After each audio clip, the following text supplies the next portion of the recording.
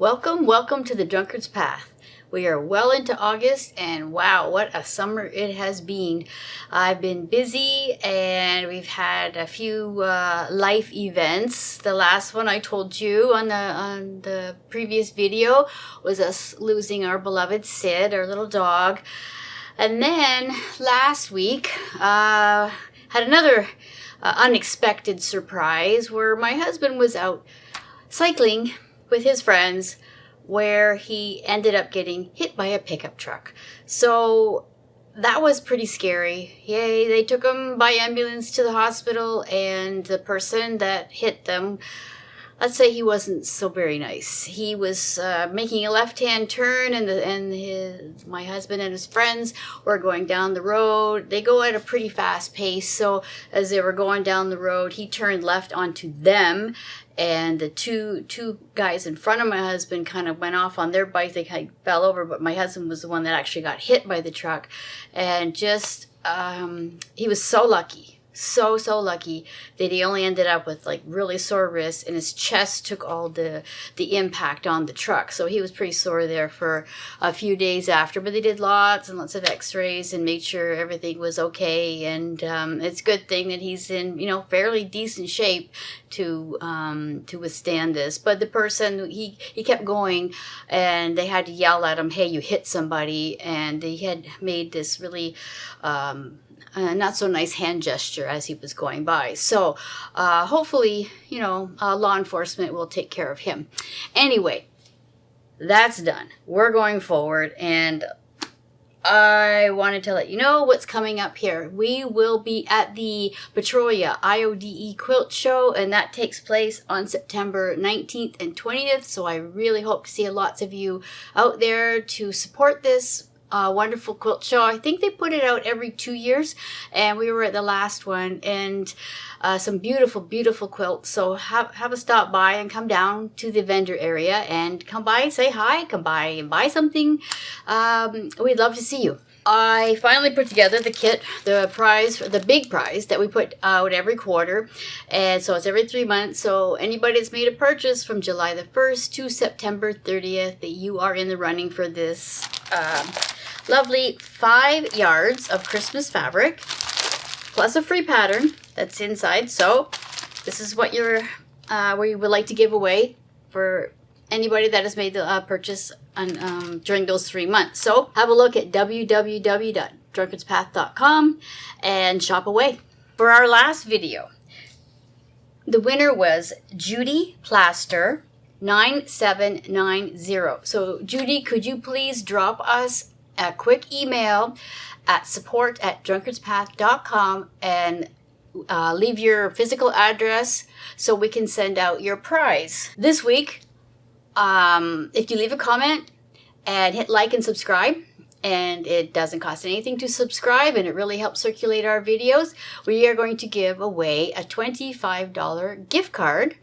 So that's nice and easy. We can just send it via email to anybody that leaves those comments, and we love your comments. And I was so touched by all the people that reached out to us about us losing our little dog, and they left some beautiful comments, and it meant a great deal to read those comments. So thank you so much for being so kind and considerate.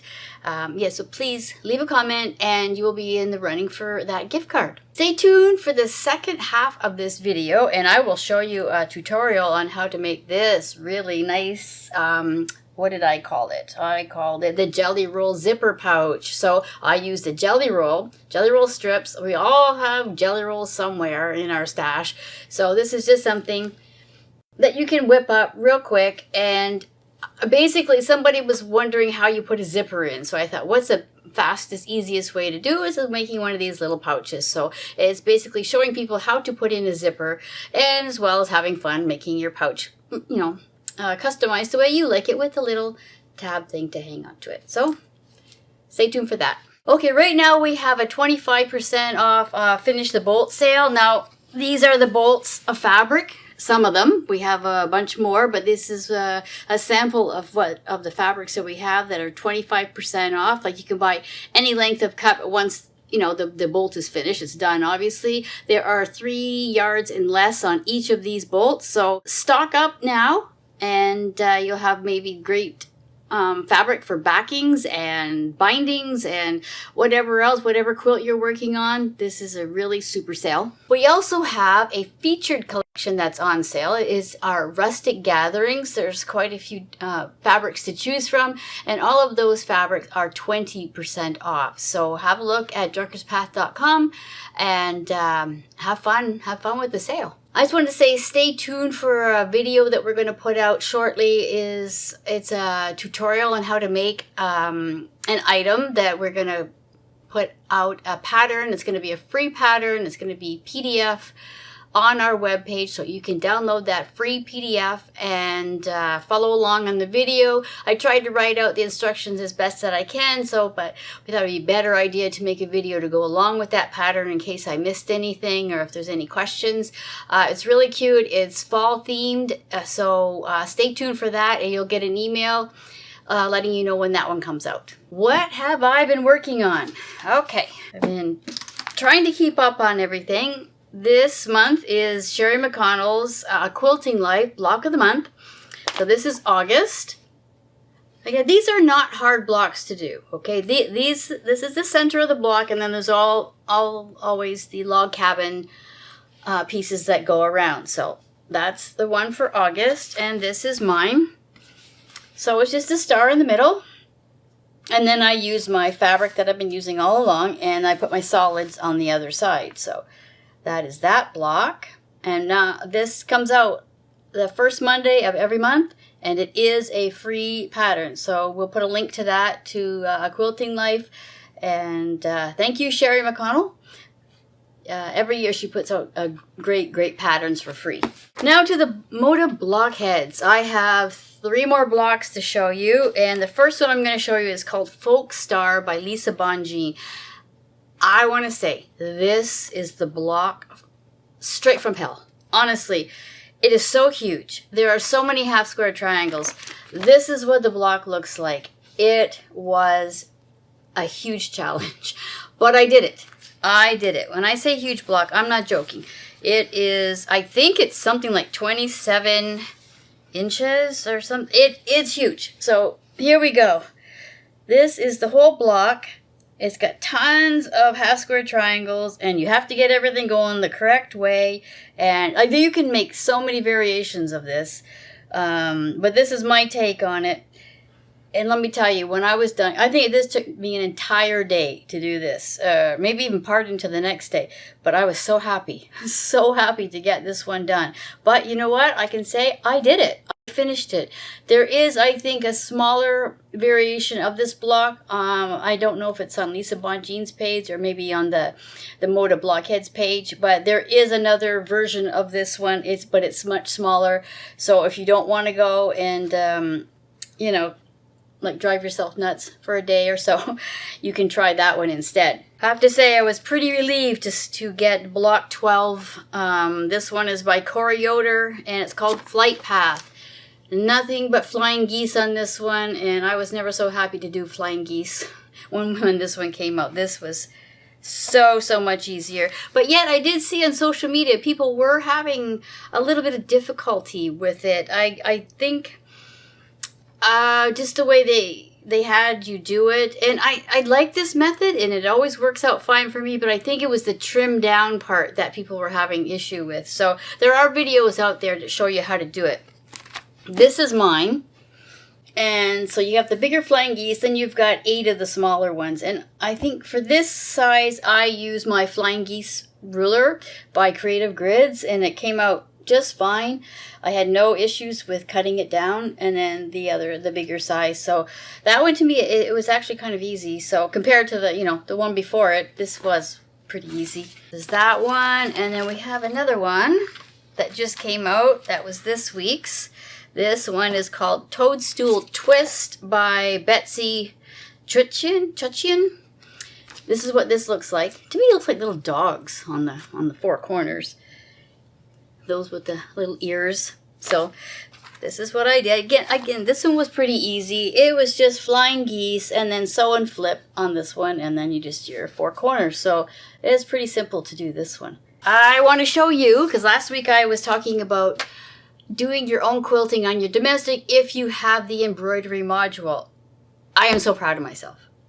I could not believe it. I did it, and I was just so happy because I found this like a leaf kind of motif that I used, and I just kind of took my time, put my embroidery hoop on my quilt and put it in, and I just watched it quilt just like it was done by a long arm, but it wasn't like connected. I moved the hoop, and there is a space in between, but that's okay because I did it. So I'm pretty happy with how this one turned out that I did on my own.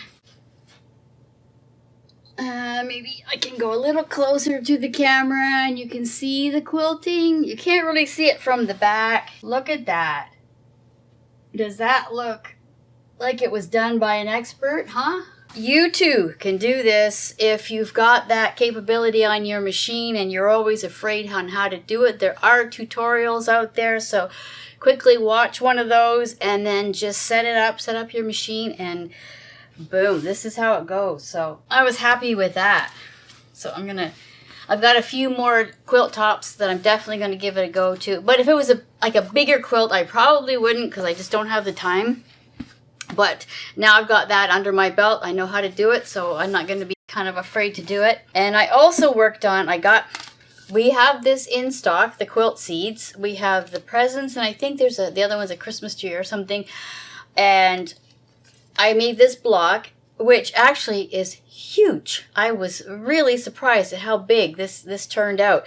But I made this one, and I quilted it myself again using my embroidery module now that I got the swing of that. So this is how mine turned out. And I put my granddaughter Thea's name on the top of it. I did that with the embroidery module, and then I just quilted it, and it turned out so good. I don't know if you can see the bottom or not. This is how big that block is. Isn't it huge? I think there's like 6 of these, and you put all 6 together, or you can make 6 of the same one, and you're going to have a really good size quilt. But I thought, what a nice wall hanging this would make. So this would be so great for if you've got grandchildren, children, small children, whatever, your dog, your cat. Just put their name, or just, make it your own. And it would be such a nice wall hanging. And it wasn't that hard to make once you got going on it. Like, there's some smaller pieces in there. But, with Lori Holt, she always does that. She has, there's really good instructions on how to do it. So I was really super happy how this turned out. And then I was even happier that I could quilt it myself. So yay. Of course, we always have to touch a little bit on cross stitch. I'm going to show you I had 2 finishes. So, fully finished. And this one is by Primrose Cottage. This was the free one that they send out. This was August, and it's called Sweetly Saying. And if you sign up for the Primrose Cottage newsletter, you will get the link for this free pattern. And it is it's well done, and it's free for that month, and as soon as the month's over, then they put it up for sale. So you're really getting a bargain. All you have to do is sign up for the newsletter. And this is my fully finished. Isn't it cute? I made a little pillow, and I'm getting better with that rickrack too. And I added some bee fabric on the side so it matched, and then I put this gingham check, and I thought it turned out so darn cute. And it didn't take me that long. I think maybe 3-4 days to stitch it. And the back, just like that. So, another little pillow to add to my collection. Next, I had ordered this book. It's called The Primitive Hare, and it's called Haunted Stitches. I love Halloween. Anybody that knows me, I am just love Halloween. So I got this book, and there's several patterns in there, and I can't really show you the inside because, well, I don't think I can. Yeah, because the charts are in there. So the one that I chose is called Halloween Light, and I fully finished this, and look how cute this turned out.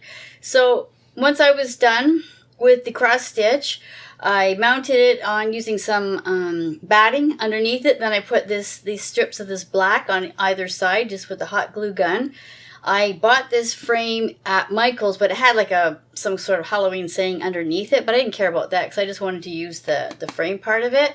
And then I glued on this little bat just to add because of these bats, and then there's this guy. But I thought this turned out really, really nice. I'll go a little bit closer. So I was happy with that. And last but not least, for the cross stitch, of course we have to show the 2025 Queen of the May Elizabeth Stevenson cross stitch, and this is from Hands Across the Sea. This is what like the full cross stitch will look like. This picture absolutely does not do it justice because I finished page 3 and I got the entire width done, and look at that. Isn't that gorgeous? I just love the colors. They're so vibrant. I am using silk and 1 strand over 2. This is a 36 count. I think it's called Edinburgh.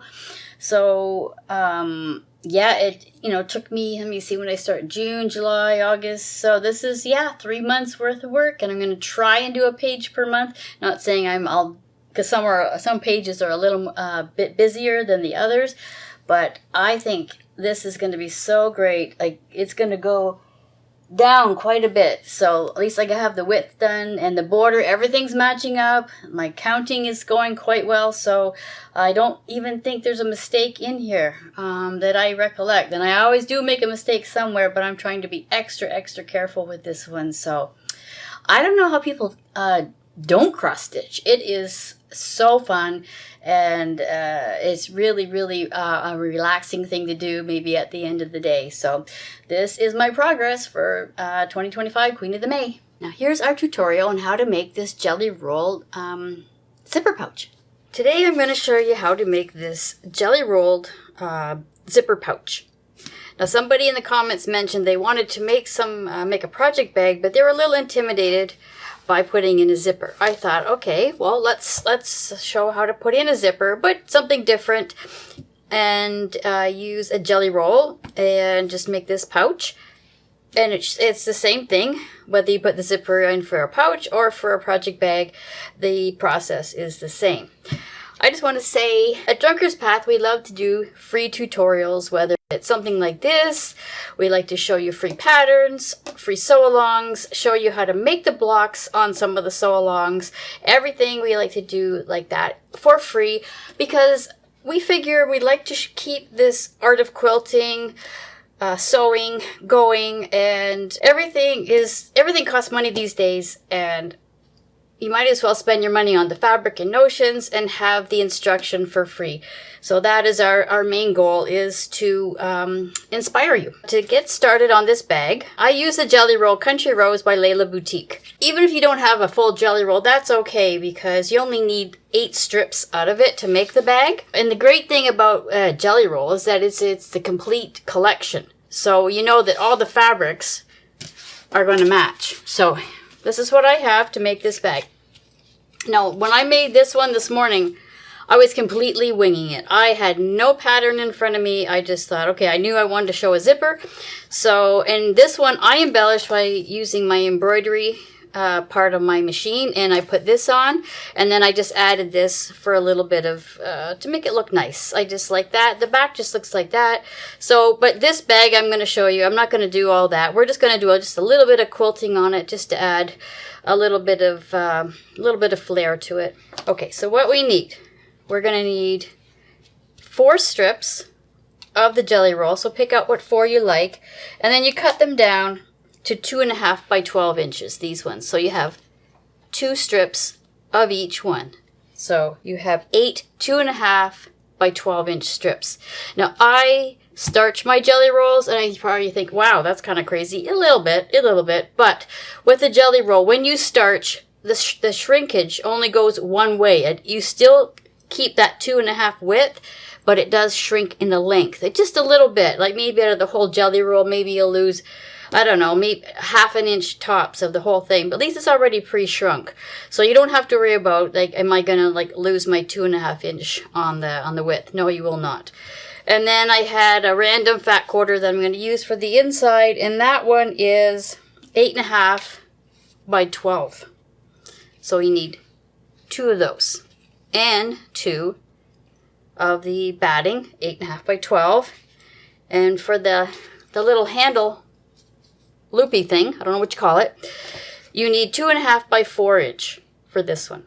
Okay? And a zipper that's long enough so you can have some hanging off at both ends. Okay, that's it. That's all you need. So the first thing we're going to do is we're going to take these guys. 1, put that aside. 2, 3, and 4. We're going to sew these together, the same with the other side, to make the front and back. Now you can see we have the front and the bag, the pieces sewn together. This is what it looks like. I like to press open because I like to have mine nice and flat. Like that. Okay, the next thing I'm going to show you is the little tab pull loopy thing, whatever it's called. Okay, so what you're going to do is you're going to iron this like that. Iron that into the center. Iron that into the center. We're going to fold it over, and then we're going to stitch nice and close right to that edge. Okay, I'm going to do that and show you what it looks like. Here's our loop. So when we go to make it, we're just going to fold it over like that, and that part will be hanging out. So, but we're not there yet. Just wanted to show you what it looked like. Okay, now we're going to show you how to put in the zipper. So, let's start with, this is the lining. Okay, we're going to take the lining,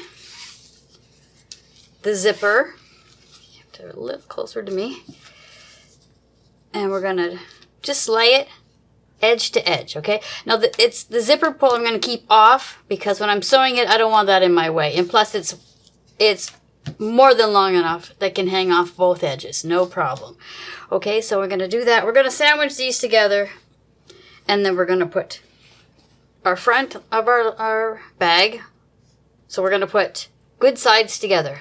Okay, and then what I'm going to do is I'm going to take some clips, some Wonder clips, and I'm going to clip it all the way down. So what I like to do is to hold this thing in place.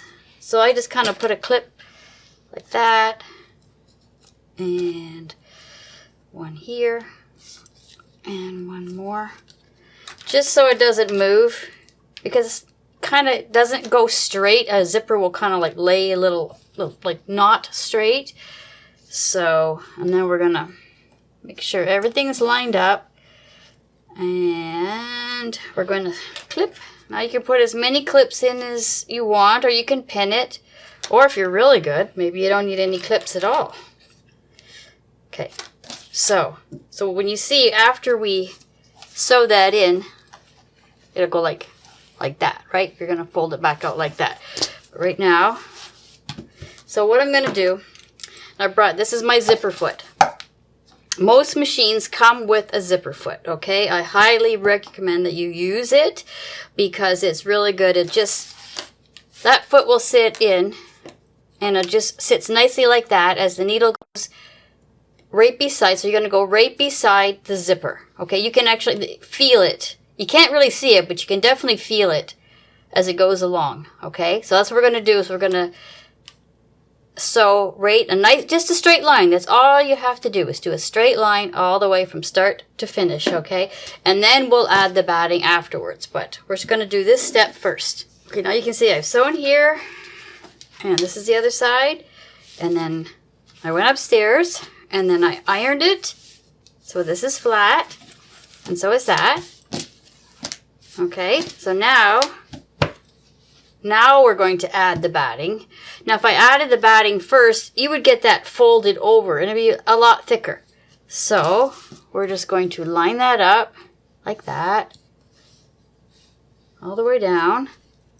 Fold this back like this, and then we're going to just top stitch about 1/8 of an inch away, all the way down. I like to make that top stitch, like when I sewed the zipper, I made the stitch length 2.0, so now I'm going to make it about a 2.5 to do my top stitching. So I'm going to do the other side, and it's going to look exactly the same. So this is what our bag looks like so far.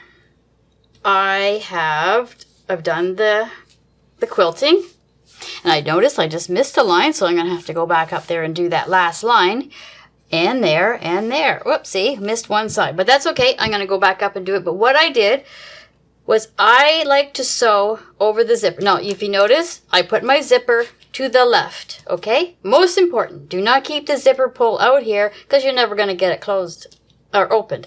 So put it over to the side, sew there. It's about 1/8 of an inch or so from the edge. So on this side as well, because we're going to trim that up. Okay, so I'm going to move the zipper pull over, and I'm going to square it all up. I can still go and put that last little bit of quilting, so that doesn't matter. So what I'm going to do is I'm going to try to put one of these lines onto one of the, like the seam lines, okay? Okay, try and keep it square. And because I put that, sewed that line, I'm going to be okay. Okay, that. Turn it around, close that a bit, so my ruler doesn't run into it. Here, put it down. Always makes me nervous when I'm cutting over the zipper to make sure, did I do everything right? Okay. So we're going to square the bottoms. Sure it's nice and square. Okay. Now I'm just going to quickly go and do that last little bit of quilting, and I will show you the last step. Okay, that's better. So now, remember the little loopy tab thing, and somebody please in the comments, tell me what they call this thing. We're going to fold it over, okay, and we're going to place it the top like that. We have raw edge, and I'm just going to wonder clip that in place like that for now. Okay, most important as well, have your zipper open because we're going to pull the bag through. We're going to put right sides together. So if you have that zipper bag here, or the zipper all the way over, you're never going to get it through. So have it wide enough that you're going to be able to pull it through. So put the right sides together, and we're going to clip it. I'm going to use our Wonder Clips, put it on all the layers. Same with this side. Try to get it to line up as best you can. And let's clip it into place. And a couple more clips on the bottom. Now I'm going to take mine to my serger, and I'm going to serge all the way around because I do not like to have raw edges. But there are a couple options. You can sew this, and maybe you can zigzag it on your machine if you don't have any other way to do it. Zigzag it. Or I thought, hey, these pinking shears, take them out of retirement and just pink all your edges so you don't get all that fraying afterwards. So just a few ideas. Okay, so I'm going to go serge this. And remember, that pull thing has to be on the inside. And when you sew it, when you pull it through it, then it'll be sticking out on the other way. So I will serge this, and we'll pull it through. Okay, here's our big reveal. Let's turn it right side in. And open it a little more.